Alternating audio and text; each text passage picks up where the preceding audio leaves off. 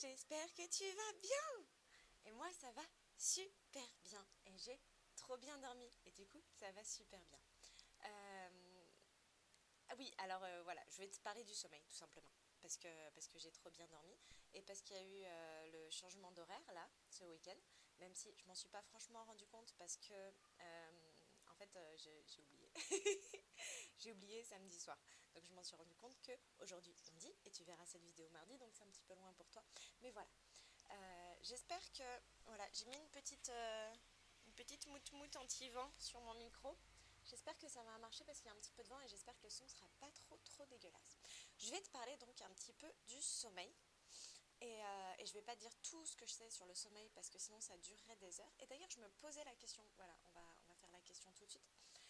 Je me posais la question si ça t'intéresserait que je fasse peut-être des lives, pas tout de suite, hein, parce que tu sais que j'ai des problèmes avec mon ordinateur, avec Internet, mais que plus tard, je te fasse des lives peut-être un petit peu longs, où je te parle de tout ce que je sais sur le sommeil, tout ce que je sais sur l'alimentation, tout ce que je sais sur l'activité physique, tout ce que je sais sur plein de choses, ou en tout cas tout ce qui peut te sembler intéressant, hein, peut-être pas tout ce que je sais, tout ce que j'ai envie de partager, peut-être une espèce de conférence avec des questions-réponses, un truc un petit peu interactif, voilà, peut-être.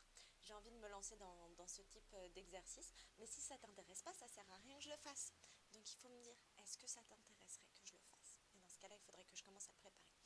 Donc, j'ai envie de te parler du sommeil, déjà parce que j'ai super bien dormi, euh, mais aussi parce que c'était le sujet du commentaire qui m'a valu le fait de me faire traiter de hater, là il y a quelques jours.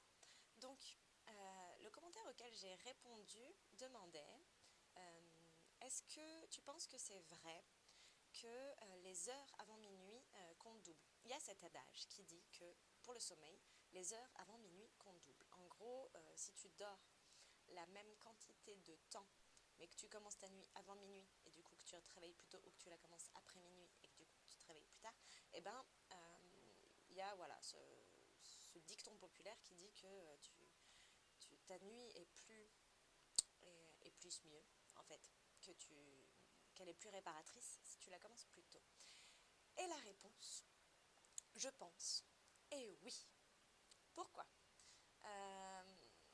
Alors, il y en a qui disent que les notions de temps, de minuit, midi, tout ça, machin, c'est des notions inventées par l'homme.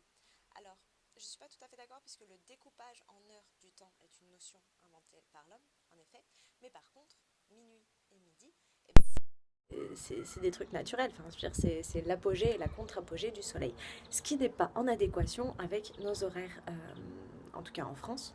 Je ne sais pas s'il y a des endroits où ils ont les horaires exactement avec le soleil, parce que nous, tu sais, midi soleil, c'est 2 heures de l'après-midi en été. Voilà, bref. Et, euh, et du coup, euh, comment je développe le truc? Ouais, donc le temps de sommeil, c'est très important. On a parfois l'impression de perdre notre temps quand on dort. Et c'est pas vrai. Pourquoi? Parce que le temps de sommeil, c'est un moment important pour le corps parce que c'est le temps de réparation du corps, d'un point de vue juste physique, corporel, etc. Le corps s'auto-répare, le corps guérit quand on dort. Et c'est pour ça que l'absence de sommeil, c'est juste terrible et c'est le meilleur moyen de se créer des maladies. Et d'ailleurs, c'est pour ça que quand on est malade, on a besoin de dormir plus. Tout simplement parce que notre corps, il fait plein de choses quand on dort. On a l'impression qu'il fait rien. Et non, il n'y a que le conscient qui dort. En fait, tout le reste est très actif. Et d'ailleurs, tous nos organes, la nuit, à des horaires bien précis, font une espèce de balayage, nettoyage, etc. Et s'il n'y a pas que le corps, il n'y a pas que nos organes, il y a aussi l'intellect. Le cerveau a besoin du temps de sommeil, c'est-à-dire qu'on intègre énormément de choses. Le cerveau fait une espèce de grand tri. Pendant le sommeil, il revoit quasiment tout ce qui s'est passé pendant la journée et il trie ce qui va lui servir de ce qui ne va pas lui servir. C'est un peu le, j'allais dire le C-cleaner. C-cleaner, tu sais, c'est sur l'ordinateur. Voilà, c'est un peu le truc sur ton ordinateur qui recherche les programmes inutiles et qui les supprime. Voilà, c'est ça le sommeil. Ça supprime tout ce qui est inutile et ça stocke au bon endroit, ce qui va être utile. Et c'est pareil d'un point de vue émotionnel, on intègre énormément de choses dans notre sommeil. Il faut savoir que tout ce qui est de l'ordre de la psychologie, on considère que le conscient, c'est un peu la partie immergée de l'iceberg et que l'inconscient, ou ce qu'ils appellent le subconscient parfois, c'est donc 90% de notre état émotionnel. Et du coup, sans un bon sommeil, eh ben, tu n'as pas de réparation ni de ton corps, ni de ton esprit, ni de tes émotions. Ce qui est quand même pas hyper génial pour commencer la journée le lendemain. Voilà. Et alors du coup, pour cette histoire des heures qui comptent double avant minuit, il faut savoir que notre cycle naturel en tant qu'humain n'est pas de 24 heures, mais plutôt aux alentours de 22 heures. Et du coup, c'est la luminosité qui nous permet de nous recaler avec le cycle de 24 heures, qui est le cycle de rotation terrestre. Comment est-ce qu'on a déterminé que notre cycle de notre horloge interne était plus proche de 22 heures? Tout simplement, on a placé des sujets dans une espèce de bunker pour une expérience où ils allaient passer 3 semaines, donc complètement coupés du temps. Alors ils avaient fait cette expérience sur différents animaux, ils se sont rendus compte que les animaux c'est pareil, il y a plein d'animaux qui n'ont pas du tout des cycles de 24 heures. Bref, les sujets humains ont été placés dans ce bunker et donc pour les priver de toute notion de temps, évidemment, ils n'avaient pas de montre, ils n'avaient pas d'horloge, ce genre de choses. Ils n'avaient pas non plus de variation de luminosité ni de variation de température. Parce qu'en fait, c'est véritablement les variations de luminosité et de température qui nous permettent de nous recaler sur les 24 heures. Et donc, pendant cette expérience, les gens, ils ont fait leur vie, etc. Et on s'est rendu compte que très vite, ils ont commencé à se coucher plus tôt, et puis le lendemain à se lever plus tôt, et puis à manger plus tôt, et à se recoucher plus tôt, etc. Du coup, ils se sont décalés progressivement, puisqu'ils faisaient des journées approximativement de 22 heures au lieu de 24 heures. Ce qui a posé un gros problème à la fin de l'expérience, puisque comme ils savaient qu'ils étaient enfermés pour 3 semaines, eux, ils avaient déjà fait leurs 3 semaines, puisqu'ils ont accéléré, enfin qu'ils ont fait que des journées de 22 heures. Sauf que l'expérience n'était pas terminée. Pas bon du tout. Et du coup, il y a eu un espèce de mouvement de panique parce qu'ils ont cru qu'on les avait oubliés ou qu'on les maintenait dans cet état contre leur gré, etc. Et ça a failli très mal se terminer. Du coup, ils ont dû passer 2 jours de plus puisque, tu vois, ils ont enlevé 2 heures à chaque journée, donc 2 fois 7 fois 3 pour la semaine fois 3 semaines. Et ben voilà, quasiment 2 jours de plus. Et du coup, ça s'est pas très bien passé. Mais voilà, c'est assez intéressant de se dire ça. Et c'est pour ça aussi, je pense, en tout cas, c'est une espèce de corrélation que j'ai fait au-delà, que je pense que globalement, les gens préfèrent le changement d'heure pour passer à l'heure d'été que le changement d'heure pour passer à l'heure d'hiver. Parce que même si on est censé dormir 1 heure de moins, je crois, j'ai jamais compris comment ça fonctionnait ce truc, on raccourcit la journée, donc on est censé dormir 1 heure de moins. En fait, on est plus proche de notre rythme naturel. Je ne sais pas si tu vois le truc. Les gens, ils s'imaginent qu'on va être plus fatigué parce qu'on dort 1 heure de moins. Sauf qu'en fait, comme c'est plus proche de notre rythme naturel, ce passage est plus facile. Bon, il y a aussi le fait qu'on arrive vers les beaux jours et que du coup, le moral est beaucoup plus facilement au beau fixe puisque, comme tu le sais, la luminosité a un très fort impact sur nos émotions et sur notre santé. C'est d'ailleurs pour ça que dans les pays de l'extrême nord, étant donné qu'il y a une nuit qui dure quasiment 6 mois, il y a des taux très forts de dépression. Bref. Et c'est pareil pour le jet lag.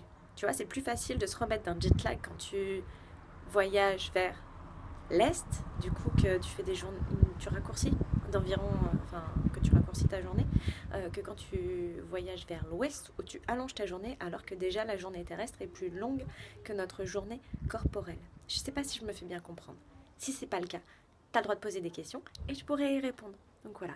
Mais évidemment, le jet lag, ça fonctionne, cette histoire de c'est plus facile, ça fonctionne que s'il y a entre 2 et 3 heures, ou voire 4 heures de décalage horaire. Au-delà, de toute façon, c'est la merde. Le jet lag, ça fait vraiment chier parce que du coup, ça perturbe toute ton horloge interne. Et j'en viens du coup au dernier point qui est qu'il est important de respecter ces rythmes. Et ces rythmes, ils sont inscrits à l'intérieur de nous. Et ce qui pollue le plus nos rythmes aujourd'hui, c'est tout simplement cette espèce de surluminosité qu'il y a particulièrement dans les villes, mais également à l'intérieur de nos maisons, avec tous les écrans, etc. Machin. Et c'est pourquoi y a plein de gens qui ont des troubles du sommeil, parce qu'on est hyper sollicité d'un point de vue luminosité, d'un point de vue son aussi. J'ai vécu pendant quelques années dans une rue au-dessus de différents bars, et où tu dors pas beaucoup du jeudi soir au dimanche soir. Non, ça c'est nul. Donc voilà, le son, la température et la lumière permettent donc de nous caler. Et malheureusement, aujourd'hui, avec les trop fortes luminosités qu'il y a, en plus du fait qu'en ville, tu ne peux pas voir les étoiles, alors que nous, ici en Ardèche, on a un ciel étoilé de fou. En plus de ça, ça décale toute ton horloge interne. Et du coup, tes organes, ils n'ont plus le temps de réparation. Et ça, c'est nul. Et c'est pour ça aussi qu'il y a énormément de gens qui ont plein de troubles, voire des maladies, mais déjà énormément de fatigue et de troubles, etc. Donc, si je peux te donner un conseil, essaye de surveiller peut-être la luminosité, la température et également les sources de bruit, notamment quand arrive le soir, et diminuer toutes ces sources de bruit, de température et de lumière pour pouvoir donner l'information à ton organisme que ça va être l'heure d'aller se coucher. Parce qu'en fait, il y a plein de gens qui ont des troubles du sommeil, mais genre ils vont se coucher alors qu'ils viennent juste d'éteindre la télé ou quelque chose comme ça. Et du coup, leur organisme, il n'est pas du tout prêt, puisque pour lui, vu qu'il y avait des stimuli extérieurs, pour lui, c'était encore la journée. Donc tu peux pas dire à ton organisme jour-nuit, quoi. Il fonctionne pas comme ça. Il faut un certain temps.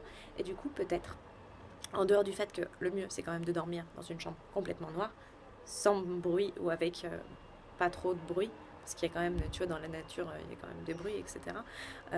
Et puis, il y a une température qui se situe entre 16 et 20 degrés, je crois, à peu près. Voilà. En tout cas, pas plus de 20, ça fait beaucoup après. Il faut commencer déjà bien avant. Et commencer bien avant, ça commence dans la soirée, commencer à diminuer les sources d'excitation lumineuse et sonore. Et voilà. J'espère que tu n'as pas des troubles du sommeil. Et puis, si, une dernière chose sur le sommeil. Oh, elle va être longue cette vidéo. Tu commences à t'y faire. Une dernière chose sur le sommeil, c'est qu'il y a énormément, on a découvert que la majorité des troubles du sommeil étaient plutôt dus à des troubles de l'éveil. Du temps de veille, donc de la journée. C'est-à-dire que si dans la journée tu accumules de la mauvaise fatigue, c'est-à-dire de la fatigue de stress, de la fatigue physique d'avoir trop forcé ou de ne pas avoir assez bougé, la fatigue aussi par l'alimentation. L'alimentation, c'est une grosse source de fatigue. Quand on n'a pas une bonne alimentation, ça nous pompe plus d'énergie que ça nous en apporte. Toute cette mauvaise fatigue va faire que tu vas avoir des troubles du sommeil. Alors que il y a la bonne fatigue. La bonne fatigue, c'est quand tu as utilisé ton intellect correctement, quand émotionnellement, tu as eu une journée remplie. Tu sais, des fois, on se sent vidé émotionnellement après une bonne journée parce qu'on a passé du bon temps avec des bons gens. Et c'est pas du tout la même chose que vider émotionnellement parce qu'on a plein de soucis, etc. Et ça, c'est de la mauvaise fatigue. Donc vraiment la bonne fatigue émotionnelle et la bonne fatigue physique, je l'ai dit. Voilà, c'est ça. Donc vraiment, la bonne fatigue, ça fait un bon sommeil. Donc, si tu veux passer des bonnes nuits, passe des bonnes journées. Et je te souhaite d'ailleurs une bonne journée et je te dis à demain.